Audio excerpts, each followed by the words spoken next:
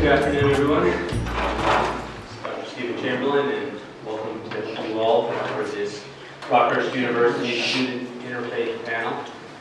This is somewhat of a momentous occasion. It's the first student interfaith panel we've had here at Rockhurst, so we're hoping this can become a regular occasion, and also marks one of the closing events for the Ignatian Heritage Week, in which there have been quite a number of activities both on and off campus, which have been rather historic as well. So before we get started here, I just want to say thank you to a few people and a few committees and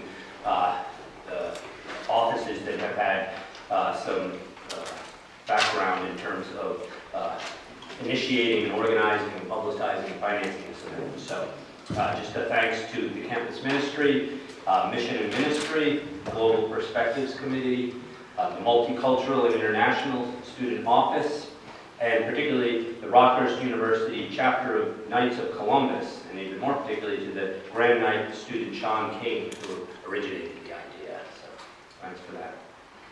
Okay, so now as we begin, I will introduce and thank our two moderators, both from the Theology and Religious Studies Department, Dr. Bill Stancil and Dr. Janak. Good afternoon, everybody. Thank you so much for being here, especially on a beautiful spring Friday afternoon. It's wonderful to see this great group of people all gathered together, and especially thank you to the panelists. I'm really looking forward to hearing all of you. As Dr. Chamberlain said, we are bringing to a conclusion Ignatian Heritage Week, the first ever at Rockhurst. And what I'd like to do for just a minute today is just sort of reflect about what it is that our panelists are going to talk about and how we can see that in the context of what we've been talking about this week, particularly our Ignatian heritage, the spirituality of the Jesuits that we share here at Rockhurst University. One of our core values at Rockhurst, and something that I'm sure everyone's heard at least a little about, and one of the core elements of Jesuit spirituality is that we find God in all things. And what we're going to do today is very connected to that. In that what we're going to do is hear a group of students talk about how it is that they find God, and how they find God in all the aspects of their lives. But more than that, in listening to them, we the audience, we are finding God in all things as well. So this is an opportunity for us to be a part of the heritage, the Ignatian heritage, that is a big part of our university. It's a time for us to find God in the voices of one another. Now, if I could expand that out just a bit, beyond the Jesuits themselves, the Second Vatican Council in the 1960s for the Catholic Church said that one of the things that we can do as human beings, one of the most meaningful, worthwhile things that we can do, is to simply listen to one another, to dialogue, to work together, to be aware of the presence of one another. And that when we do that, when we hear one another's stories, that what we're actually doing is that we're encountering God in our neighbor. Today, this occasion, this thing that we've all gathered together for, is a prime example of our doing just that. It's a listening to one another, it's a dialoguing with each other, and in doing so, it's a listening to how we find God and how we experience God in each other. So thank you all for being here. Thank you, and let me add my thanks also for all of you coming out on such a nice afternoon, and to our panelists that we'll be hearing from in just a moment. Let me tell you a little bit about how this will work. After our panelists have finished with their presentations, we should have a little time for some questions and answers that may give you a chance to ask a little additional information from one or more of the panelists. Each of the panelists is going to give us a little bit, well, they're going to introduce themselves and give us a little bit about their faith tradition. And in doing that, they're also going to identify where their particular faith tradition intersects with the core values at Rockhurst, or a particular core value. Now, we have some ground rules that we have given to the panelists, and the ground rules apply to all of us, so let me just mention what these are. These are really rules of engagement that allow us to have this kind of an event that will be useful for all of us. First of all, we certainly want to respect everyone's viewpoints and their particular religion. This is not a time to try to convert anybody. It's not a time to talk about one religion is better than another, truer than another, or anything like that. It's certainly not a debate. We're trying to listen and to learn. And a lot of times listening to people from perspectives that are different from ours, we find that we unlearn information that we thought we previously knew. So there may be some unlearning today along with some learning. Each of these panelists will be speaking from the depths of their own heart about their own belief system. And so I encourage you to listen with your whole being, not just with the mind, but also with the heart. Now, each panelist is going to speak for 8 minutes. I stress 8 minutes because if they go over, I'm going to either put them in a headlock or I might put a wheel lock on their automobile. So Dr. Young and I will be the timekeepers, and each of them has some very specific questions and things they will be dealing with. So without any further ado from myself, I don't think you have a particular order that you've been given, so we're going to start right here. And each person is going to introduce himself. As many of you may know, my name is Janak Patel. I'm from Kansas City, Missouri, a little bit south actually, Greenville, Missouri. I'll start with religious traditions. So Hindus believe in 4 things, 4 essential things. In Dharma, which is what we need to do. Monnig, which is spiritual knowledge. Vedanta, which is attachment from worldly things and attachment to God. And Bhakti, which is devotion. So one of the questions they asked us to answer was, how do you live out your faith in your daily life? I'll give you a couple of examples. There are probably multiple.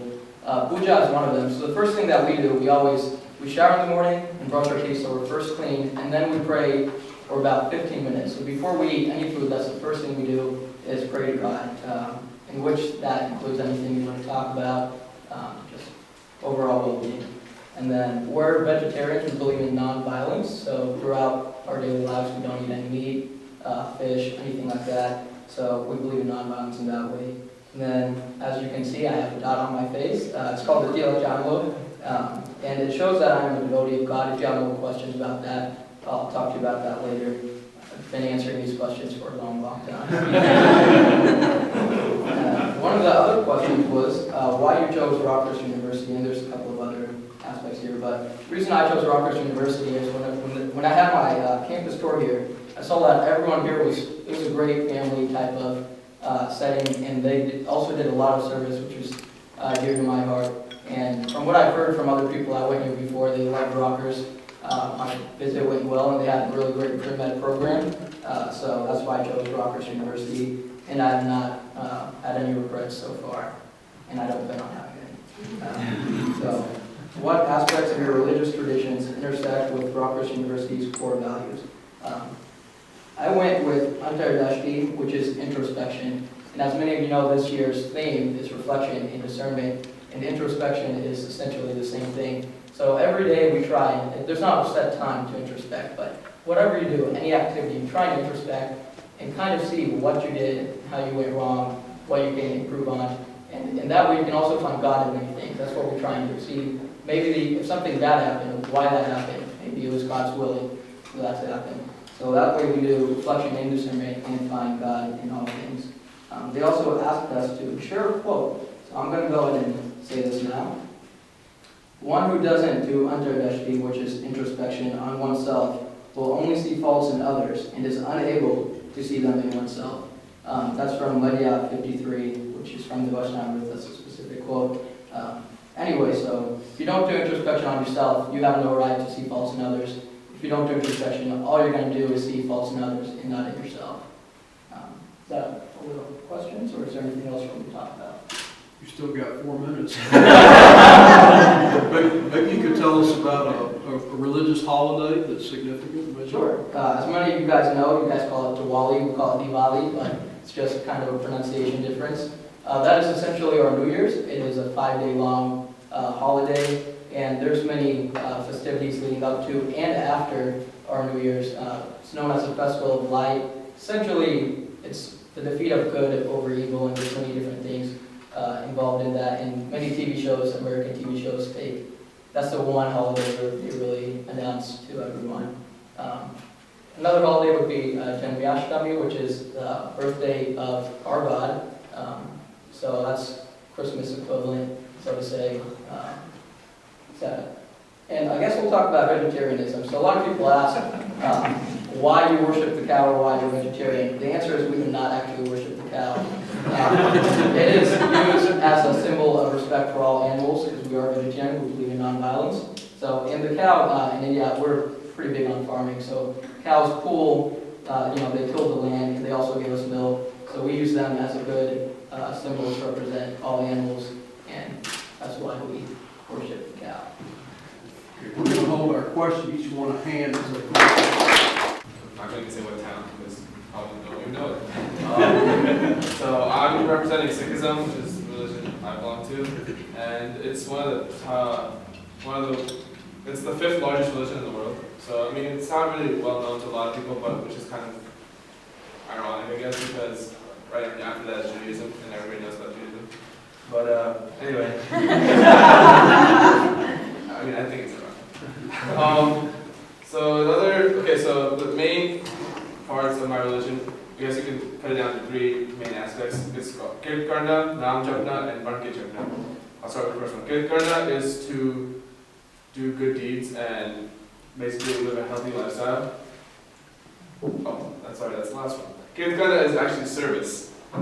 Just service to your, we have a thing called Dasvan, which is we donate 10% of either our time, money, 10% of ourselves to our community or to do some kind of service. That's 10% is like a minimum. You can always go more. It's always good.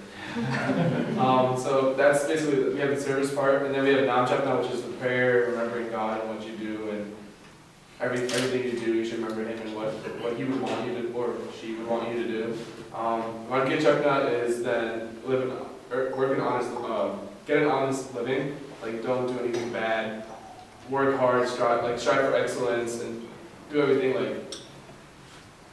not in a bad way. Be honest about what you do and how you live your life.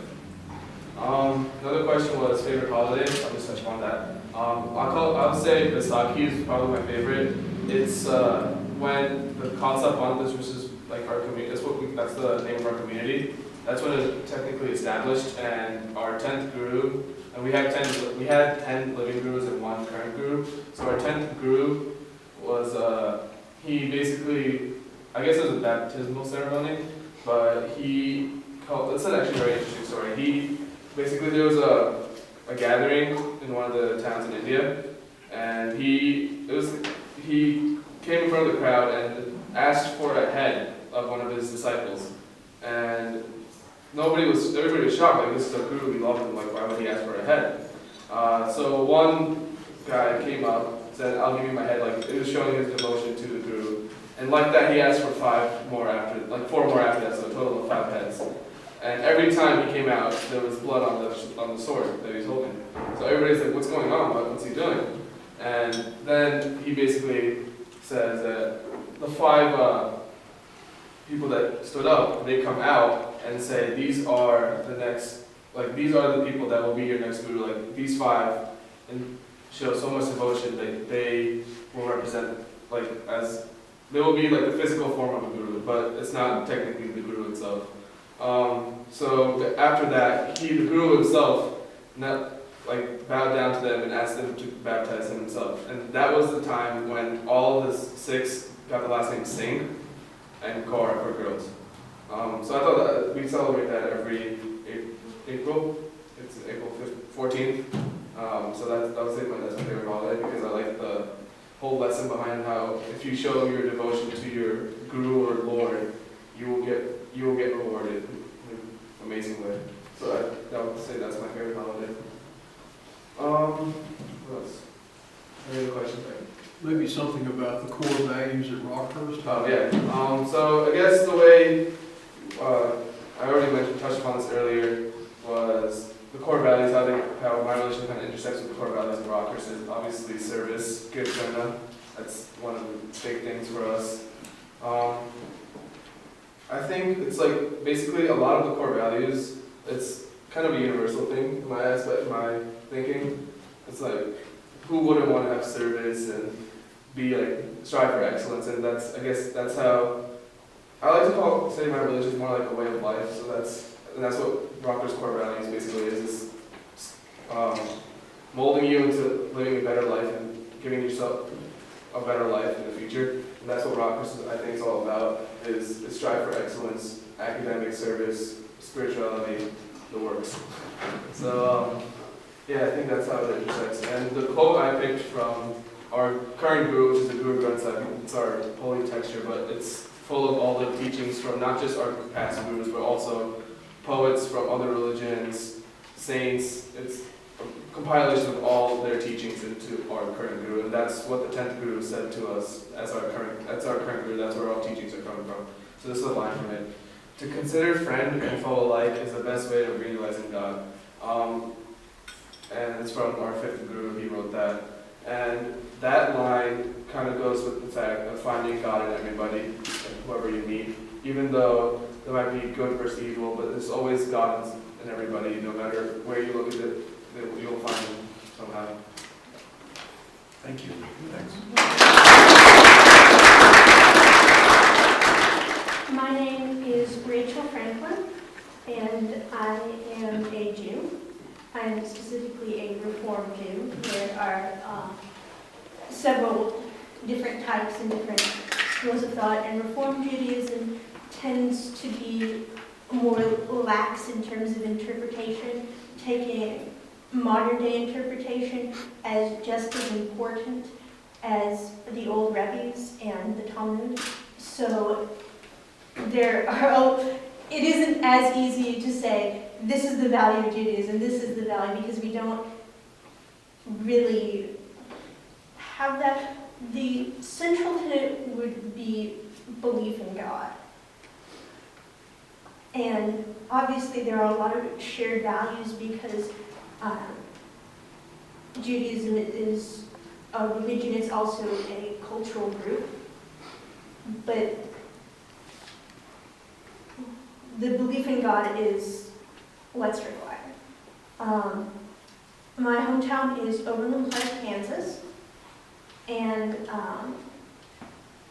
personally, I connect to my religion through Israeli folk dancing, which I've done since I was in 1st grade.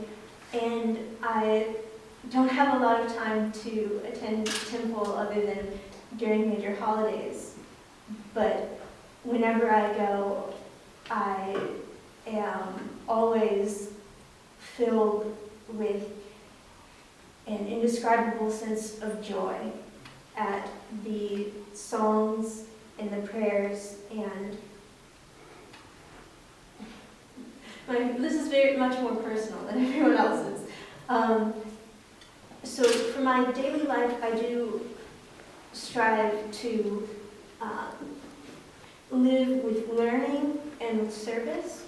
In Hebrew, our word for good deeds is mitzvah, and it doesn't really mean service. What it means is justice. So the idea is not that this is something that's compulsory. It's not something you want just to say, well, I would like to do this. I feel moved to do this. It's something that you have a duty to do and to see carried out is healing the world. And my favorite religious holy day is Sukkot, the festival of the harvest, where we build a outside shack, a sukkah, and you have services and you live in there.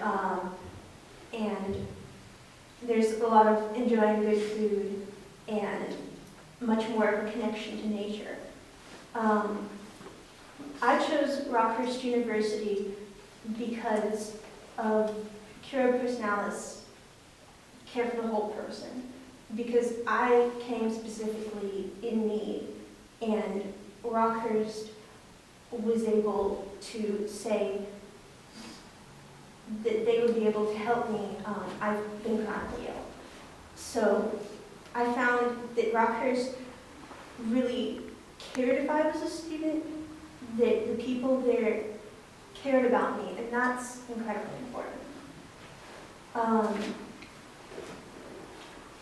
So for a quote from a religion sacred text, I chose something from the Talmud, which is not part of the 5 books of Moses. It's part of a lot of the interpretations and other stories written after that, but it's also considered important within their religion.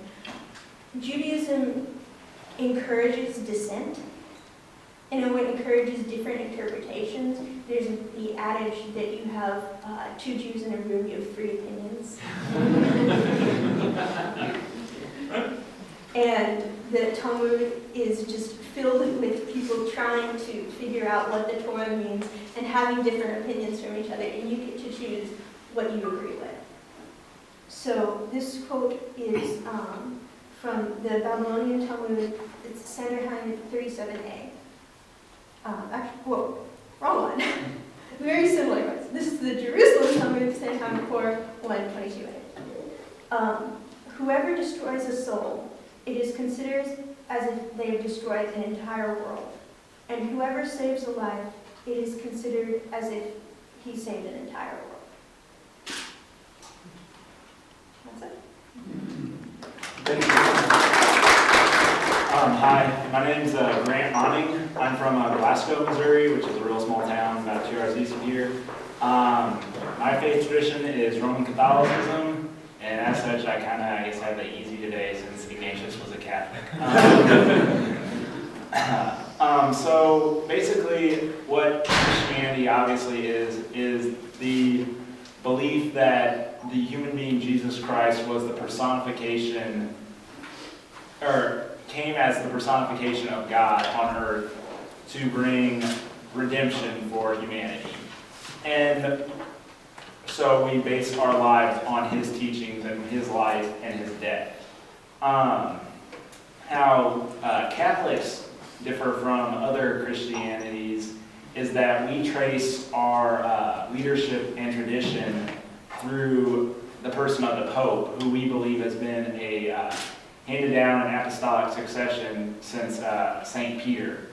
So we have a much more, I guess, hierarchical form than other necessarily Christian denominations.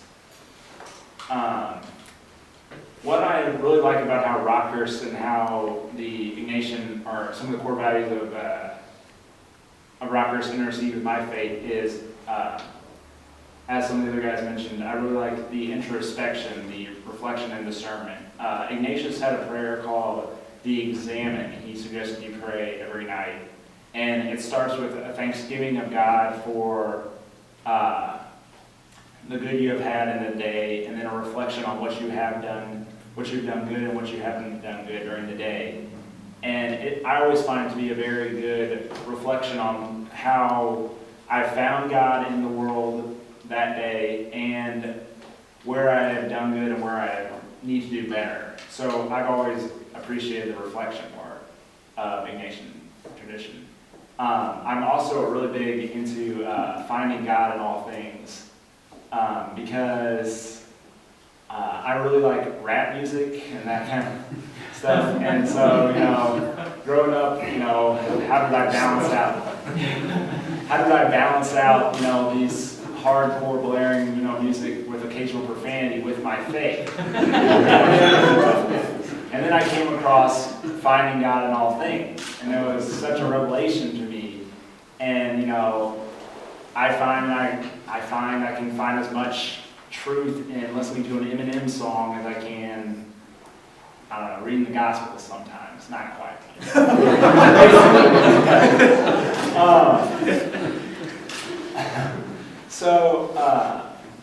I guess, and how I see my faith in my daily life, and this is also like a quote from our holy book, the Gospels. From the Gospel of Matthew, there's this quote by Jesus saying, whatever you have done to the least of my brothers, least of my people, that you have done unto me. So I see that as a very, it's recognizing recognizing God, recognizing the divinity of each person, and how, I don't know, it's always something to me when I try to interact with someone to remember that I'm talking with someone as they are Jesus, represented on earth. And so that's how I try to the most internalize my faith in my daily life. Religious holidays. Obviously, Catholics share a lot of religious holidays with other Christian denominations. One I particularly enjoy is Holy Saturday, which is the night right before Easter. And we have a special liturgy that night in which we turn off all the lights of our church and we light a bonfire, basically in the back of the church, and we process into the building with a single lit candle representing Christ's resurrection and the light it brings to the world. And I just always love that liturgy and just how beautiful, and yeah, I love Easter, Holy Saturday. So it comes up in like 2 weeks, so I'm looking forward to that. Thank you, Greg. Hi, I'm Lindsay Reeman. I'm from O'Fallon, Missouri, which is like an hour outside St. Louis, if you know what I'm at, hopefully.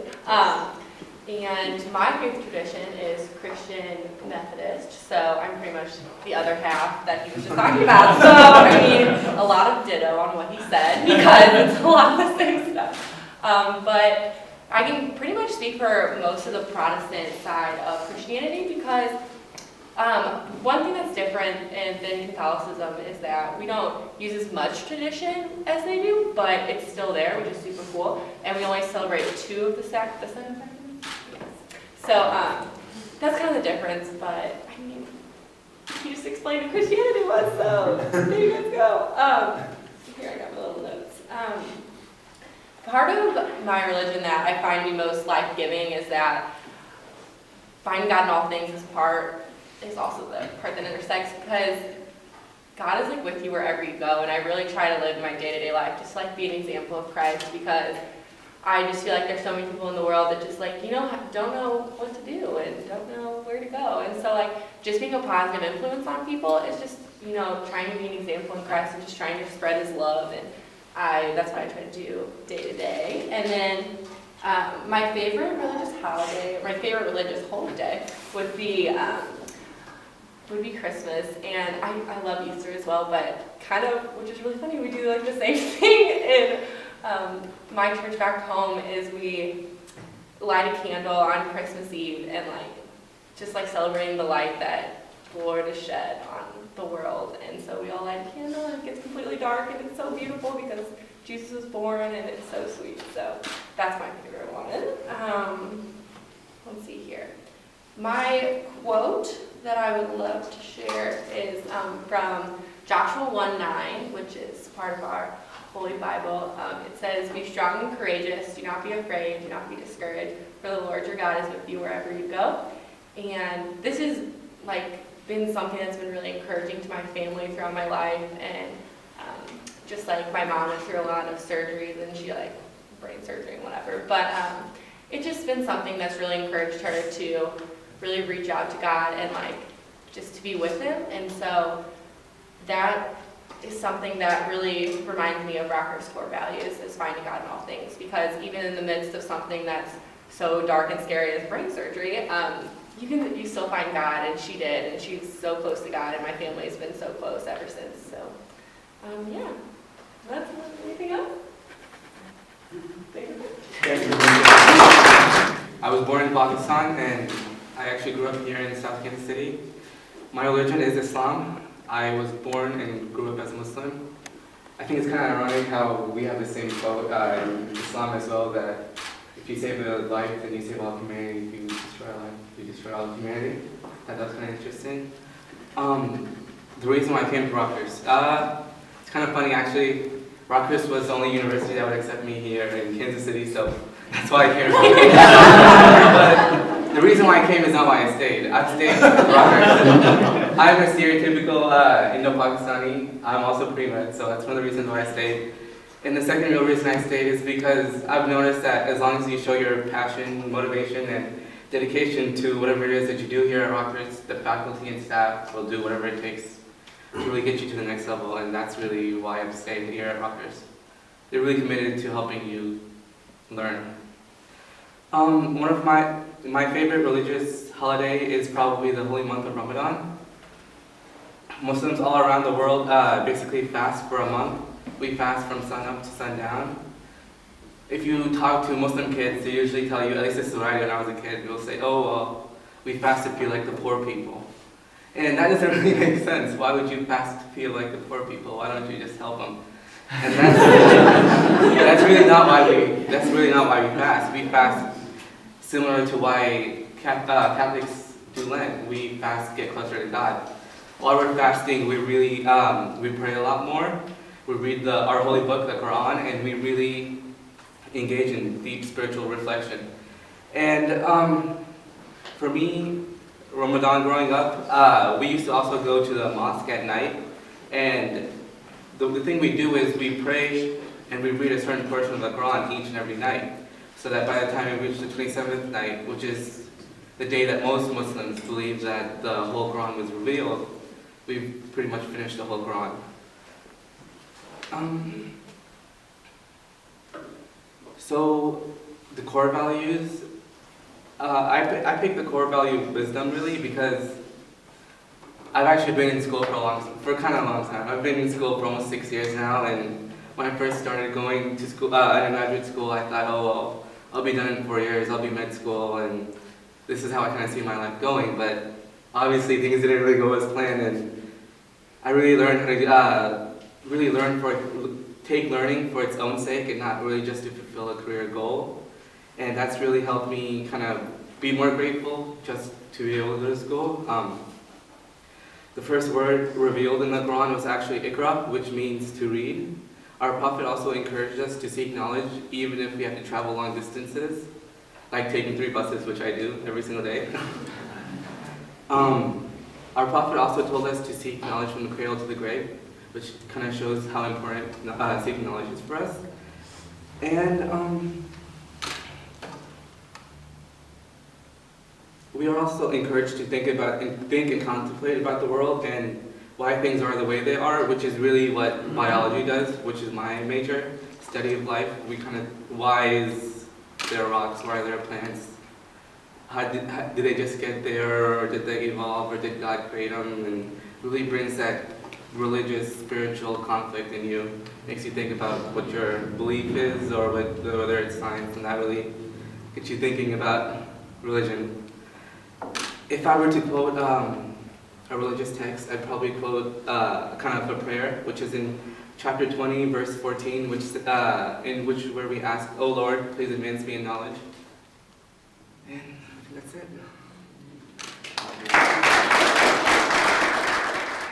Again, but just before we do that, I want to thank all of you, and especially for the personal element that you brought to your presentation. So thank you. We have a bit of time for question and answer. So I'm going to open that up. If someone has a question for one of the panelists or for all of the panels that you'd like for them to address, just raise your hand up and we'll give you an opportunity to ask the question. And maybe also just say your name and kind of what your connections with Rockhurst and your part of being here today as well. So who has a question? Bill Kriege, I'm a campus minister here, and first thank you all for sharing and being here today. But one of the questions I have is, did anyone in either your family or your friends or your hometown, when you're at your graduation party, ask where you're going to school? You told me you're coming to a Jesuit Catholic school, and they said, why on earth would you do that? Has that happened, and has there been any dialogue from people who maybe didn't understand your choice that has come from being here? Any of you? You want me to start this way? Yeah, sure. However you want to do it. I went to a local high school here, so the name Rockhurst is usually with the high school, and as many of you may know, they're really good in all sport activities. When I said I was going to Rockhurst, it was like I was joining the enemy. But I mean, they knew it was a Catholic school, but what they didn't realize was that it's open to all religions. They're like, we're going to a Catholic university, but they don't pressure religion at all, and I think it's better that there is some sort of religious aspect there, because we get a lot more service opportunities that way, and the people are just better rounded overall here. But once I explained that it's not the same as the high school, they kind of accepted it. So yeah, it was quite a bit of shock for my friends to tell them I'm going to Kansas City, Missouri, all the way from New Jersey, college. I didn't really, I mean, I kind of told them it was a Jesuit school, so like on the East Coast I know what the Jesuit schools are, so I mean, they knew it was like, alright, that's pretty cool, you're going to get a good education and whatnot. But yeah, I did get questions as in like, you're going to be the only Sikh there. I'm like, yeah. I mean, I am the only one here, but so they were like, how are you going to do it? I'm like, and then they said like, are you going to be okay? Like, how are you going to be so far from your family? What are you going to actually do? Why are you going there? So I mean, I explained to them like, I'm not, it's not like I'm not going there blindly. I visited, I know what the campus looks like, I love the campus, I like the size and class size and whatnot. And I told them there's a temple nearby, I'm not going to be like so far away from my religion, I can actually practice it. So I mean, it wasn't like a big deal for me, a lot of my friends to come here. I mean, yeah, they're friends, like I'm coming all the way away from my friends, so they're like, oh, I'm going to miss you. But yeah, it was a bit of a shock. Some people are still like, why are you in Missouri? But it's like in the middle of nowhere. Like a lot of these girls, like Missouri's like it's in the middle of nowhere. But like, yeah, now I'm somewhere you're not. So it's like I get more experience than you do, so jokes on you. So yeah, a lot of people are more accepting now. Like I explained to them. I think my aunt told me a story of when they were younger, they went to a Catholic, I think, middle school, and they had to go to prayers, and so it's in the back of the prayer, just being the only Jews there, and did not like doing that. I know I was a little worried, because I didn't know, I hadn't done a ton of research due to having like a month and a half to get to college, get into a college. So when I remember actually right outside here, I was getting a tour of Rockhurst, and he asked my tour guide, so what are the demographics? And he said, oh, 60% of the students are Catholic, but 40% aren't. And that shocked me. And so I started thinking, maybe this is not the problem that I think it is. And it never has been. When I told people that I was going to Jesuit school in Kansas City, first off, a lot of people were like, wow, you're going to a big city, because my town's only like 1,200 people. So that was the initial reaction. The word Jesuit didn't have any like necessarily connotations, and not so much from my family, but my friends. When I told them that I'm going to a Catholic school, my friends think that everyone is Catholic. My friends aren't Catholic, and they think everyone who goes here is Catholic.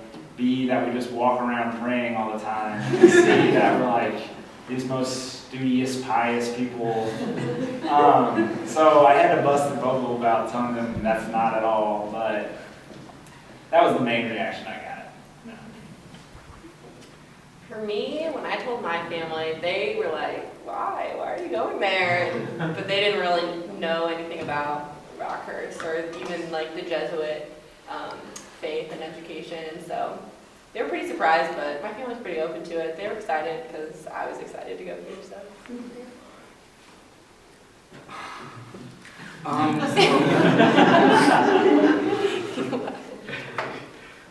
So I graduated with my associates in biology in 2010 from MCC Longview, and I didn't really have anywhere else to go because no other school would really accept me, like I already said.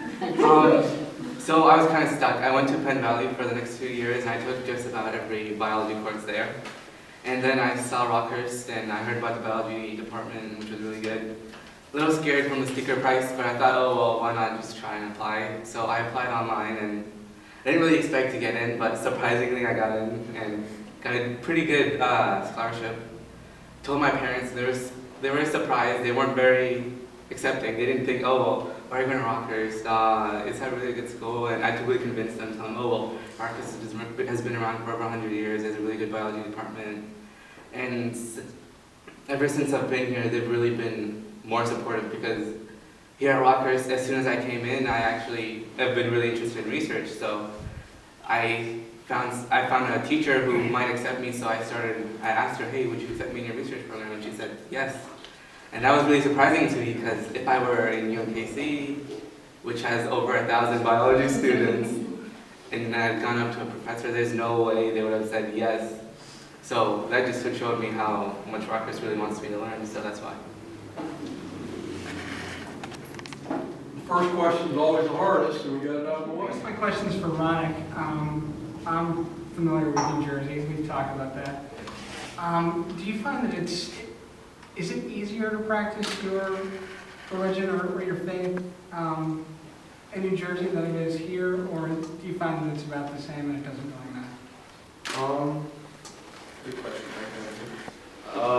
I would say it's a little bit easier back home, just for the sole reason is that I have my parents backing me up and reminding me who I am and what my faith is, and I also have a huge community there. Like I have all my friends from my temple, like I know a lot more people there, so it's a little bit easier, I guess, in a way there, but I'm happy to say that like my parents brought me up really well, like I'm really strong with my faith, so it's not like a struggle here, it's more like, I don't have as much visiting time at temple or anything, it's more like that kind of easier back home, because temple back home is maybe 10 minutes away from my house, because we just recently moved. So it's really great, it's really close by. And I guess that's the only struggle I've had, but it's not really that big a deal because I can always just rent a car and go to the temple here. So it's not that much of a struggle. Where is Temple? It's Shawnee, not Shawnee. It's in Shawnee. Yeah, it's in Shawnee, Kansas. Do those opportunities present themselves, maybe in a dorm or in a classroom or outside a classroom, a rock room or somewhere? I'm trying this one. Anyone that's interested. This is funny because actually over spring break I spent a week in the Smoky Mountains with 3 other girls, and they're all very Catholic. And so what was really funny is that we somehow got in this conversation about just like our faiths and like just life in our faith, and it was so cool that we just got to just talk to one another about like and just try to understand each other. And it was so cool because we're all really good friends, and so we've never really had that much conversation about our faiths and our religions and like what we're into, and it was so neat. So yeah, those opportunities come up all the time for me. I do what I say all the time. Ever since I was young, I get comments about, oh, you don't look like a Jew. Or, oh, I could tell you were Jewish from the way you look. And I always, no matter how annoying that can be sometimes, I really do enjoy the chance to talk about my faith with other people. I think there was maybe one other Jewish student in my elementary school, and then in my middle and high school there were quite a few more. And so here, because there aren't, I don't know if there's any other Jewish student, I know there's a Jewish faculty member. I think you're the only one, as far as I can find, and I did some digging.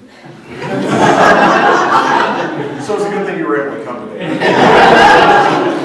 I'm actually leaving fairly soon to go spend Passover with my extended family. So it's good that it's kind of. But I really do enjoy talking to other people about their faiths, as long as it's in a non-attacking manner, and educating people, learning from them. It's really something that I find is really lovely, and helps you connect to someone in a way that broadens your perspective. Guess I'll go next. Oh yeah, God, I touch all the time. Obviously obviously for my parents, people ask me, what religion are you? Why do you wear turban? Why do you keep your hair? I get the question asked all the time. Even in high school, like, there were kids in high school that would ask repeatedly, which kind of annoyed me a little bit because I answered it once and you just repeatedly do it just to, I guess, get on my skin, but still answer them because, I guess I forgot.